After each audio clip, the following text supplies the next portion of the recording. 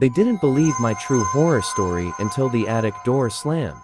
You know how sometimes you experience something so bizarre, so terrifying, that you just know it's real, but no one else believes you? Well, that happened to me, and it took something truly unbelievable to finally prove it. Hey everyone, welcome back to the channel. Today, I've got a story for you that still gives me chills. It's about a night I spent with my friends, a creepy old house, and a presence we couldn't explain. Stick around, because this one gets wild. So, picture this. It was last summer, and a few of us decided to rent this old, slightly run-down house out in the sticks for a weekend getaway. It was cheap, it was big, and honestly, it had character, the kind of character that makes you feel like you're in a horror movie. We got there late Friday, unpacked, and started the usual weekend ritual: pizza, bad movies, and catching up. Around midnight, we were all gathered in the living room, laughing, when it started.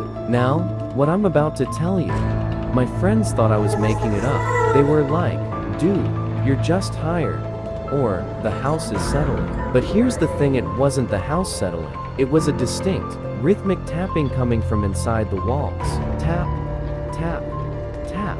At first, it was faint, easy to ignore, but then it got louder, and it moved. It sounded like it was right behind the sofa we were sitting on. We all froze. The laughter stopped. The only sound was that persistent tapping. I remember looking at my friend Sarah, her eyes were wide with fear. We decided to investigate. One of us tapped back on the wall. Immediately, the tapping stopped. Complete silence. Then a second later, it started again. Faster, more frantic. Tap, tap, tap, tap, tap. Has anything like this ever happened to you? Let me know in the comments. I'm genuinely curious if I'm the only one who's experienced something this creepy. We were completely freaked out. The rest of the night, we stayed huddled together, barely sleeping, jumping at every tiny sound. Eventually, the tapping stopped, but the unease never did. The next morning, exhausted and embarrassed, we tried to laugh it off, but curiosity got the better of us. We decided to check the exact area where the sound was loudest, and that's when we found it. Behind a bookshelf, almost hidden, was a loose floorboard. We pried it open. Inside was a small wooden box, and inside the box, nothing except a single old, tarnished silver locket.